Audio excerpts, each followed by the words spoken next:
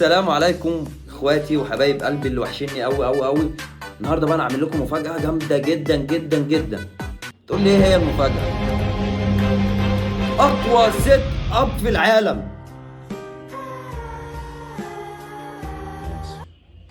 النهارده فكره مقطعنا ايه هي بقى؟ ايه اسوأ موقف حصل لك في حياتك؟ فكره طبعا اول مره نجربها في القناه وان شاء الله تعجبكم. مبدئيا كده قبل اي حاجه، اللي ما يعرفش اسمي، انا اسمي حذيفه احمد. اسم حذيفه عمل لي مواقف محرجه كتير في حياتي.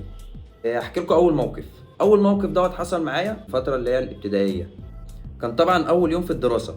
فالمفروض ان في الفتره الابتدائيه ديت بيبقى في صف، نص الفصل للبنات ونص الفصل للولاد. فالمفروض ان المدرسه دخلت فبتنده معاها كشفين، كشف فيه الاسامي بتاعت الولاد وكشف فيه الاسامي بتاعت البنات. فالمفروض ان هي بتنده على الاسامي ديت الاول والاسامي دي. فالمهم مسكت الكشف اللي هو بتاع ايه الولاد الاول، قعدت تنده. انا مستني اسمع اسمي، تنده اسم التاني التالت الرابع، مش لاقي اسمي، ما قالتش اسمي خالص. بعد كده قامت مسكت الكشف بتاع ايه بقى، بتاع البنات. ندهت، قعدت تنده شويه كده، وهوبا مره واحده سمعت اسمي ايه، حذيفه احمد. ففضلت قاعد برق كده. اول ما قالت اسمي وقفت طبيعي عادي. انا طبعا فضلت قاعد مستغرب شويه، قمت باصص لها كده وهي فضلت مبرقه شويه، ولقيتها نازله على نفسها من الضحك، ولقيت الفصل كله بيضحك عليا. مش عارف اودي وشي فين. انا اسمي ليه اتقال هنا، اسمي ليه اتقال هنا؟ طبعا في اليوم دوت قعدت اعيط وبهدلت الدنيا، ورحت لابويا وقلت له انا عايز اغير اسمي، ماليش دعوه ومش عارف ايه. بعد كده بقى اتاقلمت عادي على الموضوع دوت، فخلاص. مرت الايام. عندنا في مصر في فروع اسمها اللي هي شركه امان. انا بتعامل معاهم، بروح اشتري من عندهم حاجات زي كده يعني. فدخلت الفرع، وداخل الفرع بقى ولابس ومتشيك وراجل كبير وعاقل بقى، وداخل الشنب طبعا والدق.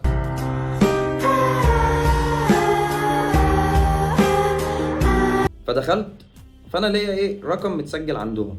الموظفه قاعده، اديتها الرقم بتاعي، بتقول لي الرقم دوت باسم استاذه حذيفه احمد.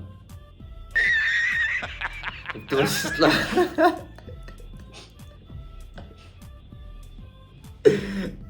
معلش يا اخويا ضحكني بس.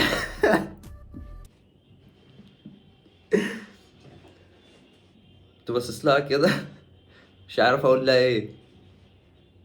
فقلت لها ايوه فعلا هو باسم استاذه حذيفه احمد. فقالت لي طب هي موجوده ولا مش موجوده هنا؟ اسكت. قلت لها لا هي مش قادره تنزل، وانا جاي اشتري لها حاجه وكده فقالت لي طب هو لازم البطاقه بتاعتها وكده. فقلت لها انا اخوها معايا البطاقه. فراحت قالت لي ماشي، طب اديني البطاقه. بطلع لها البطاقه وبديها لها، فببص فيها لقيت مكتوب فيها حذيفه احمد. فضلت واقفه مبرقه لي كده. تقول لي انا اسفه معلش ومش عارف ايه ولاقي لك بقى الناس اللي كانوا واقفين ورايا كلهم ميتين على نفسهم من الضحك. انت لو مكاني هتعمل ايه؟ بس معلش قول لي انت لو مكاني هتعمل ايه؟ طبعا انا كنت واقف عايز ادفن نفسي في الارض. اعمل نفسك ميت، اعمل نفسك مش عارف اعمل ايه. فعادي بقى اتأقلمت على كده خلاص.